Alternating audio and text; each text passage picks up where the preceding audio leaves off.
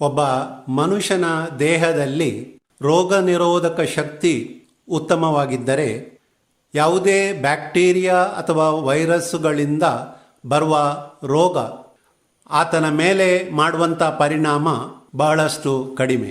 ಸಾಮಾನ್ಯವಾಗಿ ಒಬ್ಬ ಮನುಷ್ಯನಲ್ಲಿ ಸ್ವಾಭಾವಿಕವಾಗಿ ರೋಗ ನಿರೋಧಕ ಶಕ್ತಿ ಇರುತ್ತದೆ.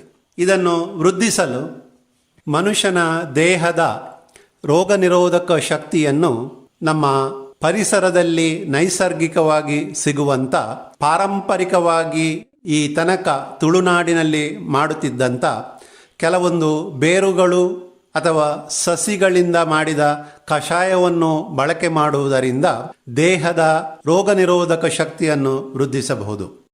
ಮುಖ್ಯವಾಗಿ ಇಲ್ಲಿ ತಮಗೆ ತೋರಿಸುವಂಥದ್ದು ನೆಲನೆಲ್ಲಿಯಿಂದ ಮಾಡಿದ ಕಷಾಯವನ್ನು ಸೇವನೆ ಮಾಡುವುದರ ಮೂಲಕ ದೇಹದ ರೋಗ ನಿರೋಧಕ ಶಕ್ತಿಯನ್ನು ಹೆಚ್ಚಿಸುವ ಬಗ್ಗೆ.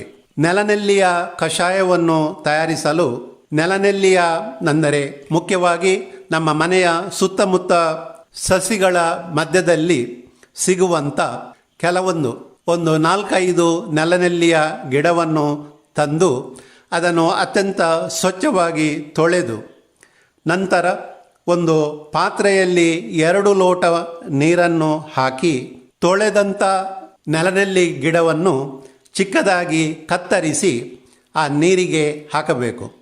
ನಂತರ ಅಗತ್ಯ ಇದ್ದವರು ಮಾತ್ರ ಒಂದು ಚಿಕ್ಕ ತುಂಡು ಬೆಲ್ಲವನ್ನು ಕೂಡ ಅದಕ್ಕೆ ಸೇರಿಸಬಹುದು. ಯಾಕಂದರೆ ನೆಲನೆಲ್ಲಿಯ ಕಷಾಯ ತುಂಬ ಕಹಿ ಇಲ್ಲ. ಯಾರಿಗಾದರೂ ಮಕ್ಕಳಿಗೆ ಕುಡಿಸುವಾಗ ಅದು ಕಹಿ ಎನಿಸಿದರೆ ಮಾತ್ರ ಬೆಲ್ಲದ ಒಂದು ಚಿಕ್ಕ ತುಂಡನ್ನು ಸೇರಿಸಿ ಅದನ್ನು ಚೆನ್ನಾಗಿ ಕುದಿಸಬೇಕು. ಇದನ್ನು ಚೆನ್ನಾಗಿ ಕುದಿಸಿದ ನಂತರ ಅಂದರೆ 2 ಲೋಟ ಇಟ್ಟ ನೀರು 1 ಲೋಟ ನೀರಿನಷ್ಟು ಕಡಿಮೆಯಾದ ನಂತರ ಬೆಂಕಿಯನ್ನು ಆರಿಸಿ ಕಷಾಯವನ್ನು ಸೋಸಬೇಕು. ಸೋಸಿದ ನಂತರ 1/2 ಲೋಟ ಕಷಾಯವನ್ನು ರಾತ್ರಿ ಊಟವಾದ ನಂತರ ಮಲಗುವ ಮುನ್ನ ನಿತ್ಯವೂ ಕುಡಿದರೆ ರೋಗ ನಿರೋಧಕ ಶಕ್ತಿಯನ್ನು ಅತ್ಯಂತ ಉತ್ತಮ ರೀತಿಯಲ್ಲಿ ವೃದ್ಧಿಸಲು ಸಹಾಯಕವಾಗುತ್ತದೆ.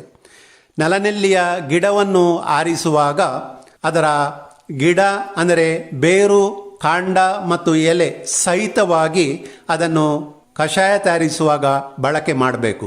ತುಳುನಾಡಿನಲ್ಲಿ ರೋಗ ನಿರೋಧಕ ಶಕ್ತಿಯನ್ನು ವೃದ್ಧಿಸಲು ಬಳಕೆ ಮಾಡುವಂಥ ಕಷಾಯಗಳಲ್ಲಿ ಇದು ಅತ್ಯಂತ ಅದ್ಭುತವಾಗಿ ಕಾರ್ಯನಿರ್ವಹಿಸುವಂಥದ್ದು.